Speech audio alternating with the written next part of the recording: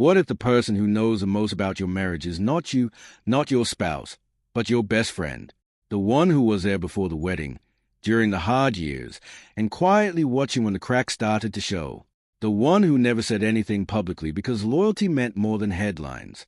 Well, after years of silence, Brad Pitt is finally talking, and what he is revealing about George Clooney's marriage to Amal is something that Hollywood has been whispering about for a very long time, but nobody had the courage to say out loud. Until now. This is not a gossip story. This is a story about two men who became brothers in one of the most fake and cutthroat industries on earth. It is a story about love, loneliness, and what happens when the most charming man in Hollywood finally opens his heart, only to find that keeping it open is much harder than he ever expected. And it is a story about a friendship so deep and so honest that Brad Pitt, even now, is the one person on earth who truly understands what George Clooney is going through behind those perfect smiles and expensive suits.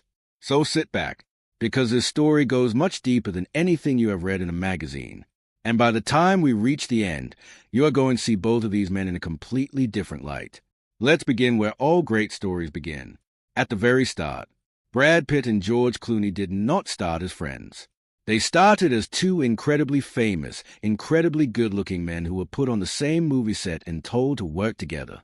And in Hollywood, that usually means polite handshakes, professional respect, and very little else. Fame as a way of keeping people at arm's length, because when everyone around you wants something from you, trust becomes almost impossible. But something different happened between these two. Something real. They met on the set of Ocean's 11 in the early 2000s, and almost immediately there was a spark between them that had nothing to do with acting. George, who had a reputation as a king of pranks on set, walked up to Brad on that first day and teased him about being the most handsome guy in the room. Brad did not get defensive or try to outcharm him. He just smiled and said something funny right back. And in that single exchange, something clicked. Two men who were used to being the smartest and funniest person in every room had finally found each other. What followed was one of the most genuinely entertaining friendships Hollywood has ever seen. They pulled pranks constantly. Brad once plastered fake magazine posters of George all over Rome just to embarrass him. George responded by sending a funeral wreath to Brad's home with a note that made everyone who read it burst out laughing. At film festivals, they danced and joked like teenagers who had forgotten they were global superstars. On film sets, they made the crew laugh so hard that it became difficult to actually get any filming done. But here is what made their friendship different from just two funny guys having a good time. Underneath all that laughter, there was something much more serious. There was genuine care, the kind that shows up not at parties and premieres, but at the hardest moments of a person's life. When Brad went through the very painful and very public collapse of his marriage in 2016, George did not send a text. He did not call ahead. He simply showed up at Brad's house without any warning, and walked in like he belonged there. Because in the truest sense, he did. He was the kind of friend who understood that sometimes a person does not need advice or wisdom or even words. Sometimes they just need someone else in the room so the silence does not become unbearable. And when George faced his own fears, which you will hear more about very soon, Brad was there in exactly the same way. Joking on the outside, steady and present underneath. Brad once said that George is a person he calls when everything falls apart. Not because George always has the right answer, but because George sees the full picture. He sees the whole situation, the full board as Brad put it, not just the pieces right in front of him. That kind of perspective is rare. In a world where most people give advice based on what they want for themselves, George gave Brad what he actually needed, and Brad did the same for George. Over and over again, for nearly 25 years. That is a foundation of everything you are about to hear. Because without understanding how deep this friendship goes, you cannot fully understand what it means when Brad Pitt finally decides to speak. Now let's talk about the man at the center of this story, George Clooney, and specifically, the version of George Clooney that existed before Amal came into his life. Most people know George as the effortlessly cool, silver-haired Hollywood legend who always has a perfect thing to say and always looks like he just stepped off a yacht in Italy. And that image is not wrong exactly. But it is also not the complete picture, because behind that incredible charm, there was a man carrying a very specific kind of pain, the pain of someone who had been hurt by love and had decided, very deliberately, that he was never going to let it hurt him again. George had been married once before, back in the late 1980s, to a woman named Talia Balsam. That marriage did not last long. George admitted later that he was the one who ended it, because he was simply not ready to commit to another person's life the way marriage requires. After that, he went through a string of high-profile relationships with well-known women, each one of them meaningful in its own way, but none of them leading anywhere permanent. And at some point, George stopped pretending that marriage was something he wanted. He made a declaration, both to himself and to anyone who would listen, including Brad. He said he would remain single for the rest of his life. He said he did not need anyone. He was fine on his own. Brad heard him say those words. And Brad, who knew George better than almost anyone on earth, believed him, because it was not said with sadness or bitterness. It was said with the calm certainty of a man who had genuinely made peace with a decision. George had built a beautiful life. He had his villa on Lake Como in Italy. He had his friendships, his tequila brand, his film career, his privacy.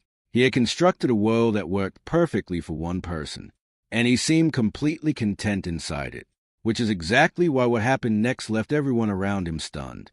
Her name was Amal Alamuddin, and she walked into George Clooney's life in 2013 like something neither of them had planned or expected.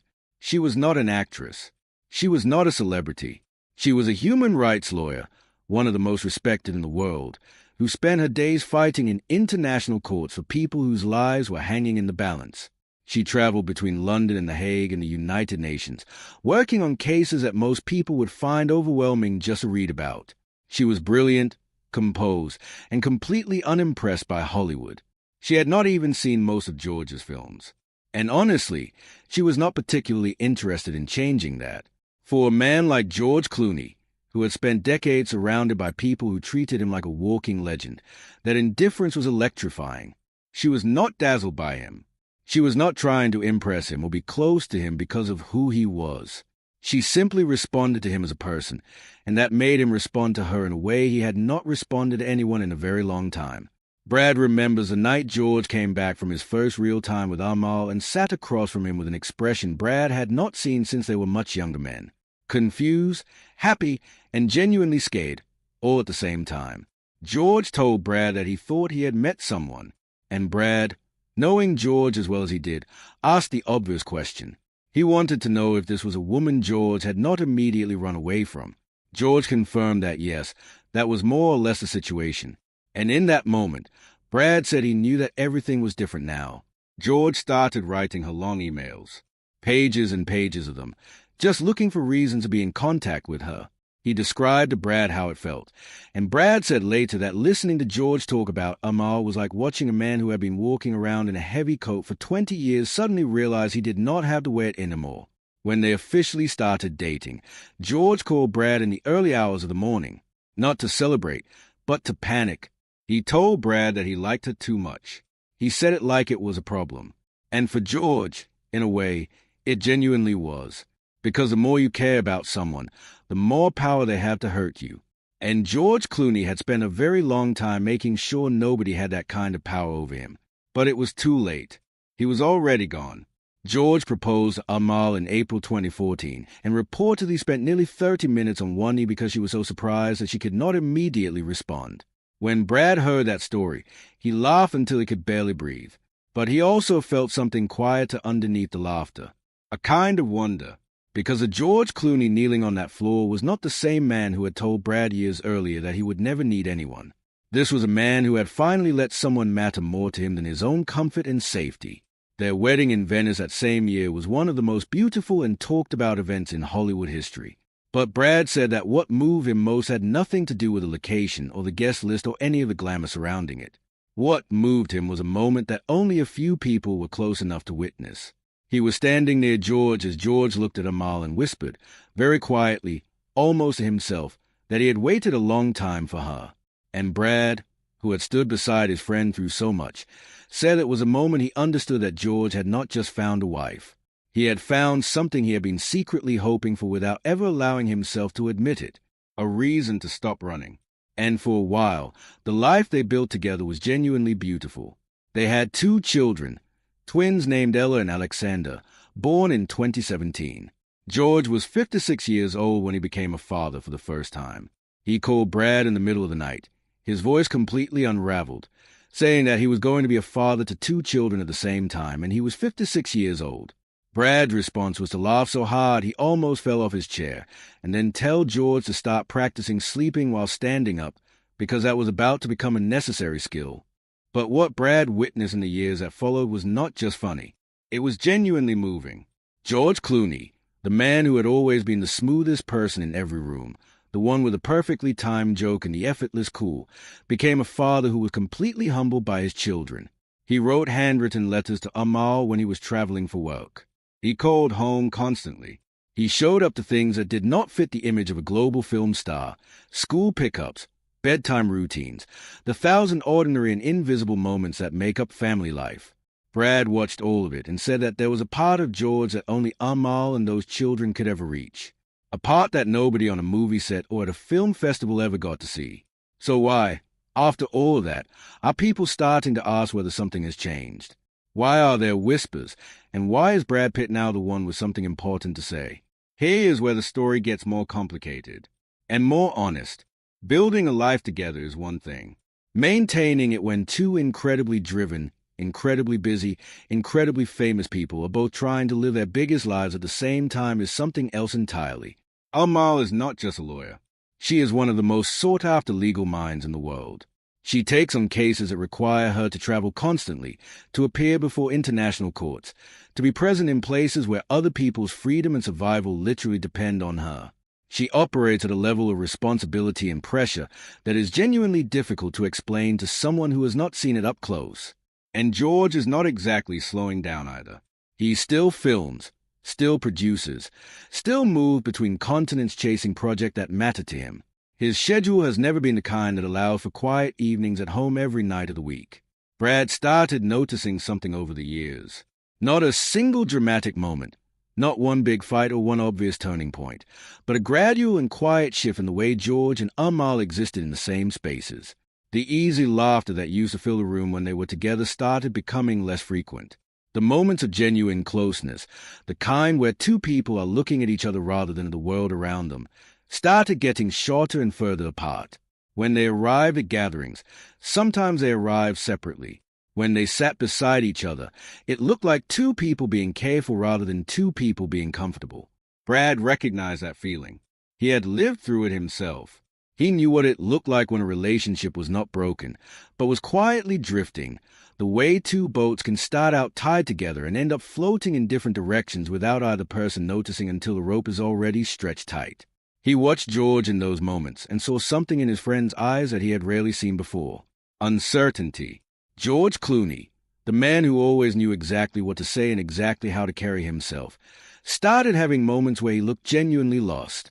Not lost in a dramatic or obvious way, but lost in the private way that only your closest friends can recognize. One evening, sitting together in Italy with the lake dark and quiet below them, George said something to Brad that stayed with him. He said that maybe he was slowly losing the most precious thing he had ever had. He did not say it loudly. He said it the way people say the things they are most afraid of, quietly, almost as if they hope nobody hears. Brad put his hand on his shoulder and told him that he had not lost anything yet, as long as he did not let go himself. But Brad also knew something else. Something that he had been piecing together over time, through small observations and half-finished conversations, and a particular way George's voice would change when certain names came up. And that something had to do with Julia Roberts. Julia and George first met on the set of Ocean's 11, the same film that had brought George and Brad together. From almost the first moment, there was a connection between George and Julia that was different from the normal professional warmth between co-stars. They made each other laugh in a way that felt completely natural and unforced. They teased each other constantly. On set, they became a kind of double act that the whole crew loved to watch, because the chemistry between them was not something anyone had planned or manufactured. It just existed. They went on to work together several more times over the years. And each time, that friendship deepened. George invited Julia and her family to his home in Italy. She was comfortable there in the easy, natural way that only people who truly belong somewhere can be. His children adored her. Even Amal welcomed her warmth and her laughter, seeing her as a close and trusted presence in their extended family circle. But Brad, watching all of this over many years and from a very close distance, began to notice something that nobody else seemed to be talking about openly. He noticed the way George's expression would shift, almost imperceptibly, when Julia's name came into a conversation. He noticed the longer pauses, the half-started sentences, the moments where George seemed to be thinking about something he did not quite want to say. There was one evening that Brad keeps coming back to when he talks about this. They were sitting together by the lake in Italy, the kind of quiet night where honest things tend to get said. George looked out at the dark water and asked Brad if he knew what the scariest thing in the world was. Brad asked what, and George said that some connections never disappear, no matter how deeply you try to bury them. Brad did not fully understand what George meant in that moment. But weeks later, at a photo shoot, he watched George's face change at the mention of Julia Roberts. And suddenly all the small pieces clicked together into a picture that was both surprising and, in a strange way, completely understandable. He understood it because he had felt something like it himself before. The look on a person's face when they are carrying a feeling they have not decided what to do with yet. On another night, standing on a balcony in New York with the city glittering below them, George said something else that Brad has never forgotten. He said that there are some people around whom you do not have to perform, where you do not have to be the version of yourself that the world expects. And Brad, gently and almost jokingly, asked if he was talking about Julia. George froze for just a fraction of a second. Then he smiled and said he had not said any names. But Brad had heard the answer that was not spoken out loud. And George knew that Brad had heard it. And so they both sat with that truth in the way that old friends sometimes do, without forcing it into words. Brad is not saying that George and Julia crossed any line. He is not saying that anything happened that should not have happened. What he is saying is something more subtle and more human than that. He is saying that George Clooney developed feelings, deep and genuine feelings, for someone who had been in his life for a very long time. Feelings that he did not choose and that he does not entirely know what to do with. Feelings that exist alongside his love for Amal and his children, not instead of them, but alongside them. And that is exactly what makes the situation so complicated and so painful, because George is a man who takes loyalty seriously. He is a man who, once he commits to something, does not walk away easily. He built a family. He made promises. He has children who are growing up right now in a home where their father is present and devoted. He is not willing to destroy any of that. And yet, the human heart does not always cooperate with our best intentions. Sometimes it holds onto things we wish it would release. Sometimes the most difficult kind of love is not the love that ends, but the love that cannot go anywhere. Brad has watched George navigate all of this in silence, with a kind of quiet dignity that most people never see because it never makes it onto a red carpet or into a press release. George does not talk about these things publicly. He deflects questions with humor and changes the subject with a skill that only someone who has practiced deflection for decades could manage. But with Brad, in the private spaces where the cameras do not reach and the jokes fall away, the truth is much more present. George told Brad once, during one of those honest late-night conversations, that he was afraid. Brad asked him what he was afraid of, and George said he was afraid of hurting people who did not deserve to be hurt. That sentence, Brad said, stayed with him for days, because it told him everything he needed to know about what George was carrying. Not the fear of getting caught or the fear of judgment, the fear of causing pain to the people he loves most. That is not the fear of a man who is selfish or reckless. That is a fear of a man who is trying very hard to do the right thing in a situation that does not have an easy right answer.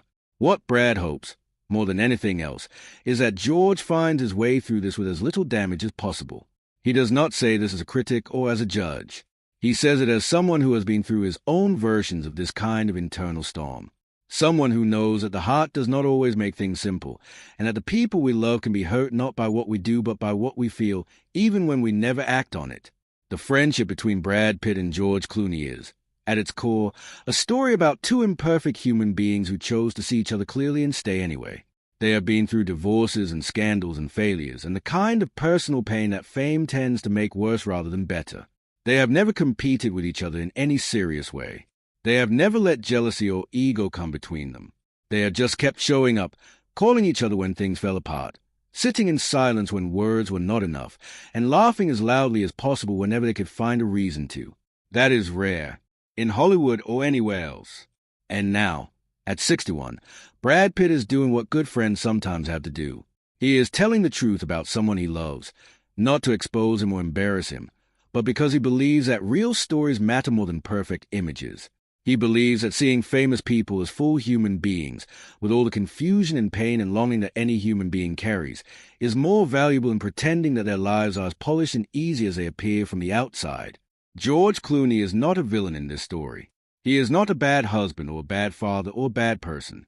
He is a man who spent most of his adult life protecting himself from love, who finally allowed himself to stop protecting, who built something genuinely beautiful, and who is now navigating the incredibly difficult reality that love, once it takes root in a person, does not always grow in the directions we plan for it.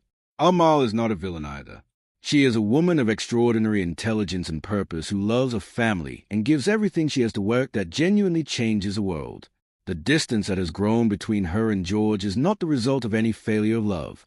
It is a result of two enormously large lives trying to share the same space, and sometimes not quite managing to. And Julia Roberts is not a villain. She is someone who shared a genuine and long-lasting friendship with a man she admired, and who cannot be held responsible for the feelings that friendship may have stirred in someone else's heart. The real story here is not about betrayal or scandal.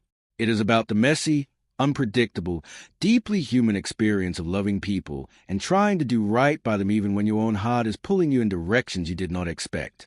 It is about the kind of friendship that survives everything because it is built on honesty rather than convenience. And it is about what it means to really see someone, not just a version of them that the world gets to applaud, but the real person underneath, with all their fears and contradictions and quiet struggles. Brad Pitt sees George Clooney that clearly, and because he does, he knows that his friend is going to find his way through this.